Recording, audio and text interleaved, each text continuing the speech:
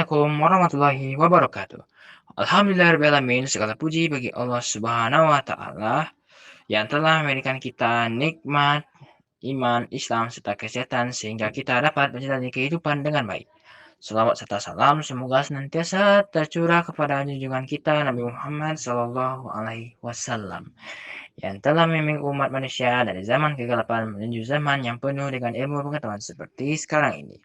Jadi, di era modern saat ini, media sosial telah menjadi bagian penting dalam kehidupan sehari-hari.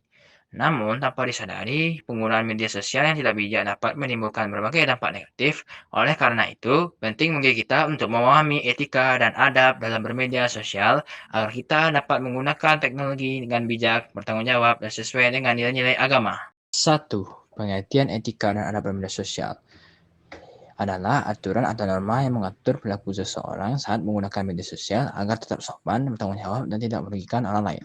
Adab bermedia sosial adalah sikap atau perilaku yang mencerminkan akhlak mulia dalam menggunakan media sosial sesuai dengan ajaran Islam, seperti jujur, santun, dan menjaga kehormatan diri serta orang lain. Yang kedua, cara etika dan adab yang baik dalam bermedia sosial. Ada berikut upacara yang baik dalam media sosial.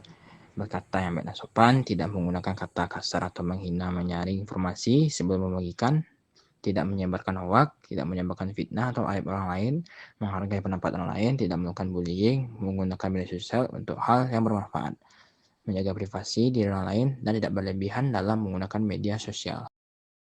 Yang ketiga, fungsi etika dan adab bermedia sosial. Yang pertama, menjaga hubungan baik antar sesama pengguna. Yang kedua, mencegah konflik dan kesalahpahaman. Yang ketiga, menciptakan lingkungan media sosial yang aman dan nyaman. Menjadi pedoman dalam perilaku dunia digital. Dan menjaga nama baik diri sendiri.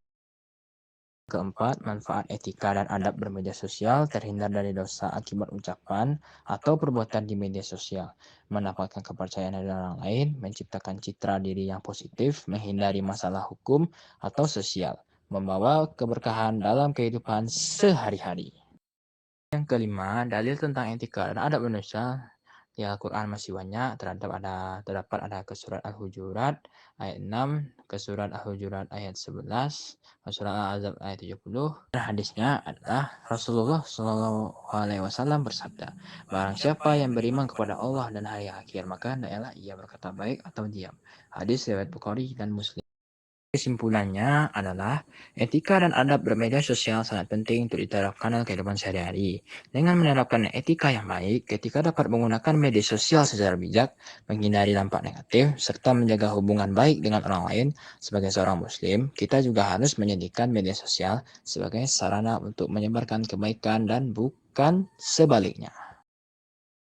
Terima kasih yang sudah menonton video saya. Wassalamualaikum warahmatullahi wabarakatuh. Sampai jumpa.